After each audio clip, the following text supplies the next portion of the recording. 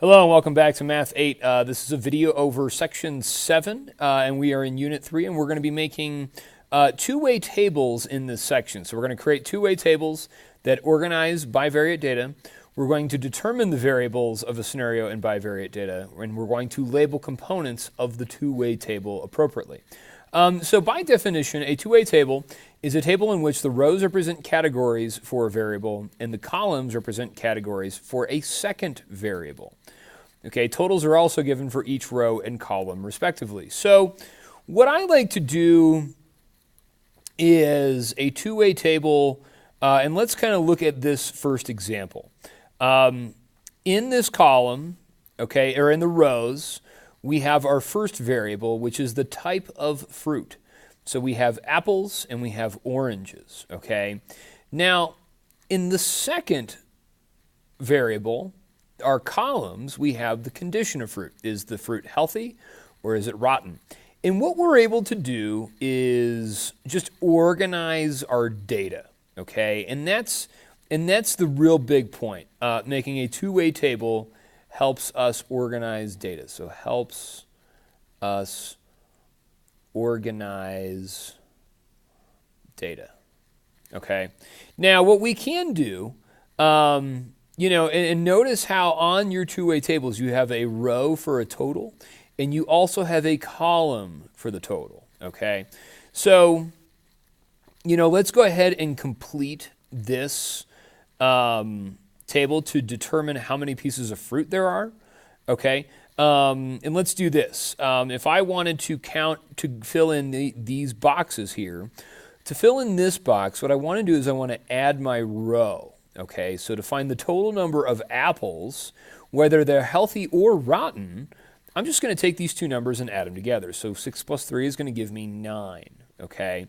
And then for oranges, okay, total number of oranges, that would give me 11 and 5. Add those together would give me 16.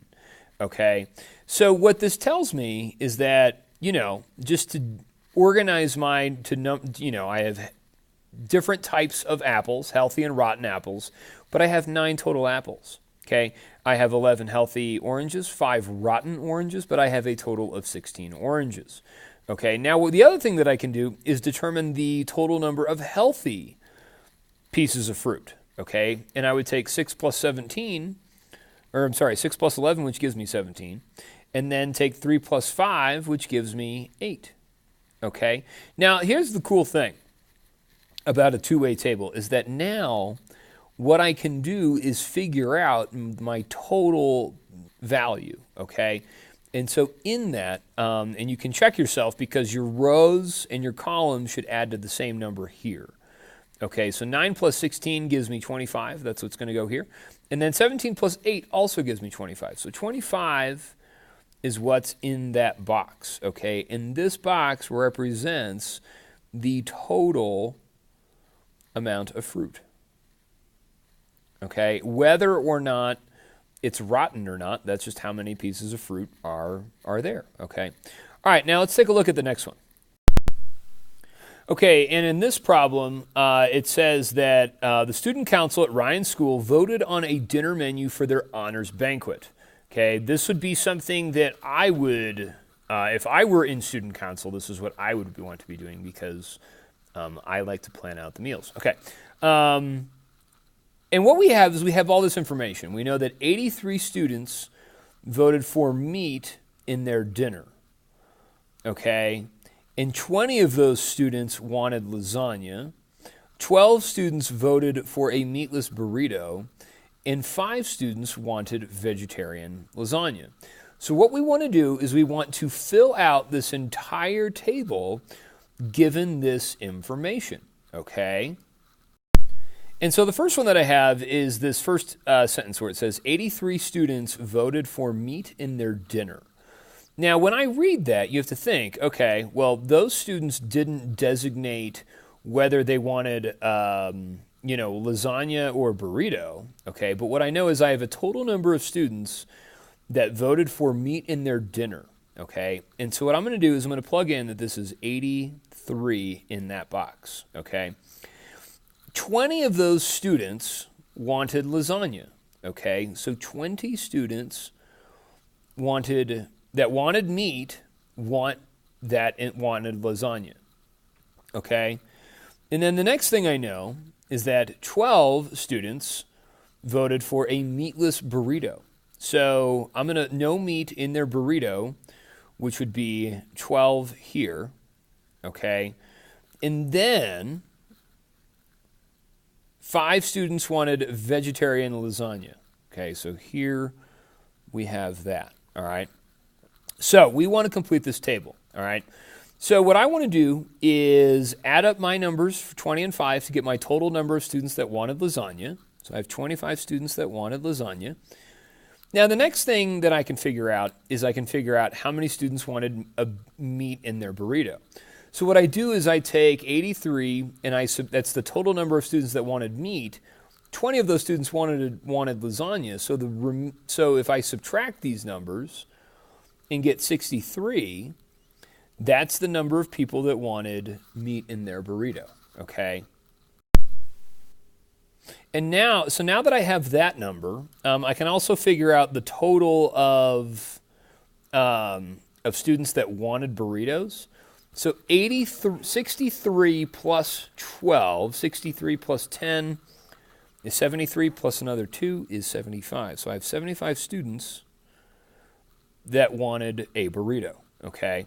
Now, to find the total here, okay, I would take 25 and add 75, and that would give me 100, okay? And then down here, 5 plus 12 should give me 17, okay? And the cool thing is that if I take 83 plus 17, that gives me 100, okay? So there were 100 students coming to the dinner, okay? And that's all we're doing is just completing this table and just writing out like, all right, well, what do we know? You know, what kind of information can we gather from this? So the total number of students going to dinner. Okay. All right, so let's look at the next one. And on this one, okay, let's just go ahead and read through the problem. It says, a local bookstore sells movies as well as books. The store carries 1,000 items in all. 3/4 of the items are new and used books. The rest are new and used movies. Okay, so 560 of the books are new. 50 of the movies are used. How can labels be assigned to a two-way table for this data? So again, you know, what this is asking is how can labels be assigned a two-way table for this data? So we have possible labels and we have not possible labels, okay? And what I want you to see is what you have here, all right, in this row here, okay? In my rows, these are the type, okay? They're the type of material that you're going to buy. So you're either going to buy books or movies. So that's the type. Up here, all right, in the columns, this is the condition. Okay, notice how, you know, the type, you know, what I have over here is the type and this is the condition. Okay, we can't mix that up, all right, because, you know, you kind of have a contradiction over here in the not possible labels. How can you have books in movies? What would go in this column here? And that doesn't make any sense because you have books that are either new or used. You don't have books that are movies, okay? Those aren't the same thing. Those are two separate things, all right? And that's where the type comes in. So in your columns and in your rows, those types of things need to match up, okay? And that's how we kind of figure out what goes into the label. Okay, so on the next page, what I want us to do is to fill in the table. Okay, so a local bookstore sells movies as well as books. The store carries 1,000 items in all. So what I can figure out is that 1,000 items is going to go here. All right, so that's what I know. All right, 3/4 of the items are now are new and used books.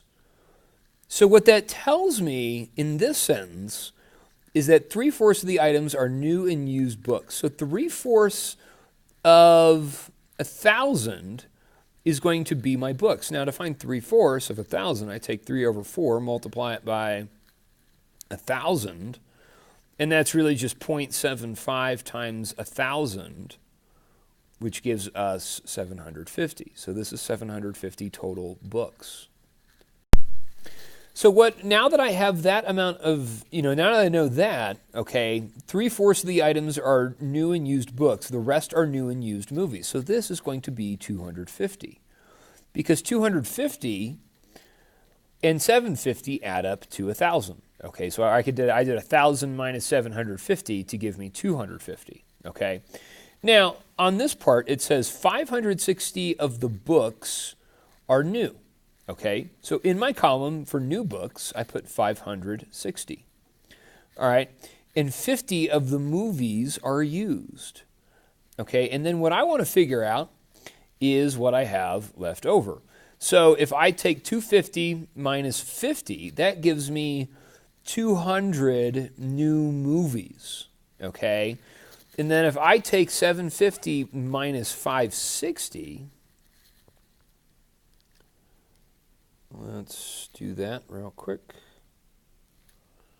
So 750 minus 560 gives me 190. I always check with the calculator if I'm not absolutely certain. Okay, and so now what we're able to do is, now that I figured out these two values, okay, I want to add my columns together to get my total for new material and then used material. So I'm going to do 560 plus 200, which gives me 760. Okay, if I do 190 plus 50, it's going to give me 240. Now just to check, I want to add these two numbers together, and that does in fact give us 1,000. Okay, and so that's how we use that information to fill in that table. Take a look at the last one. All right, so for this one, we want to make a two-way tables for real-world problems. All right, so notice that we just have a generic two-way table. We don't have, any labels in it. So we got to fill everything in. So we'll just go ahead and read through this problem. And it says Callie's Middle School has 500 students in grade 7. 50 of the 180 students do not know how to swim. In grade 8, 125 of the 170 students do not know how to swim. In grade 9, 10 students do not know how to swim. Construct a two-way table to represent this data. So here's what I know. So my column label, okay, notice how I have two columns, okay? This one over here, the last column, let's write this in. The last column is total, and this last row is total, okay? So what we want to figure out is the label that's going to go on those two columns. Now here's what I know. Callie's Middle School has 500 students, okay? We have grade 7, we have grade 8, and we have grade 9. Those are 3 different grades. And notice how there are 3 different boxes here. So that's my row label. All right, so my row label is the grade, student grade. Okay, so student grade. Okay, now the column label is dependent on can they swim or not. So the question is can they swim / not swim? Okay, so let's go ahead and let's fill this in up here. All right, so let's say that this column is swim. This row is not, our column is not swim. Okay, over here this is going to be grade 7,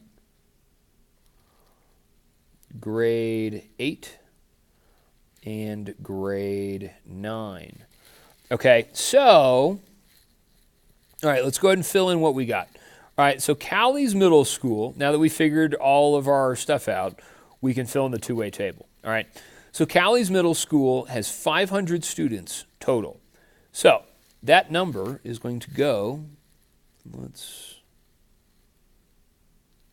okay, this number is going to go here. I've got 500 total students. So in grade 7, okay, and I'm just reading through this, 50 of the 180 students do not know how to swim. So, reading this, I'm able to determine two things. 50 of the 180 students do not know how to swim. So 50 is going to go here. That means that there are, of the 180 students, when I read that, okay, of the 180 students, that's the total amount of students that I have in grade 7. Okay, now what I can do is I can figure out, well, if 50 of them don't swim or can't swim, then if I subtract that from 180, then that means that there are 130 students that can swim.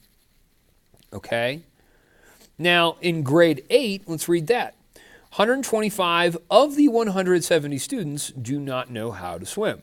So 170 total students, 125 of them don't know how to swim. Now, what I'm going to do is I'm going to go through and I'm going to take 170 and subtract out 125, and that's going to give me that 45 students then know how to swim. Okay, in grade 9, okay, it just says 10 students do not know how to swim. Okay, so in grade, that's all the information we have here. This is 10. All right, now what I can figure out is the total number of students in grade 9, because I know I have a total of 500 students.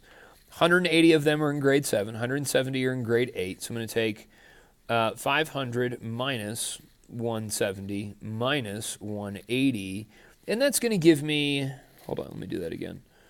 500 minus 170 minus 180, and that gives me 150 total students in grade 9. Now, I can use all this other information to fill in these other boxes. Okay, if I have a total of 150 students in grade 9, 10 of them can't swim, that means that 140 of them can swim. Okay, now the next thing I'm going to do is I'm going to fill in the totals here, so I'm just going to add up my columns.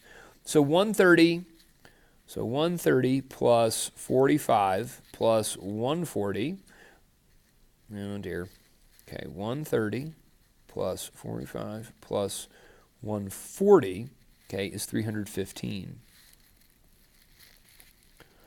All right, now I've got 50 plus 10, or 50 plus 125 plus 10, that's going to give me 185. Now if I take 185 plus 315, okay, that should give me 185 plus 315 gives me 500. So this is filled out correctly, okay? So you just want to verify that once you get your totals down here, that you have a total of 500, and that's how you'd fill that in, okay? So not too terrible, but it's a lot of reading, and it's a lot of, knowing where to put numbers and where to go from there. So hope you enjoyed this video, and we'll see you in a bit. Thanks a lot. Bye.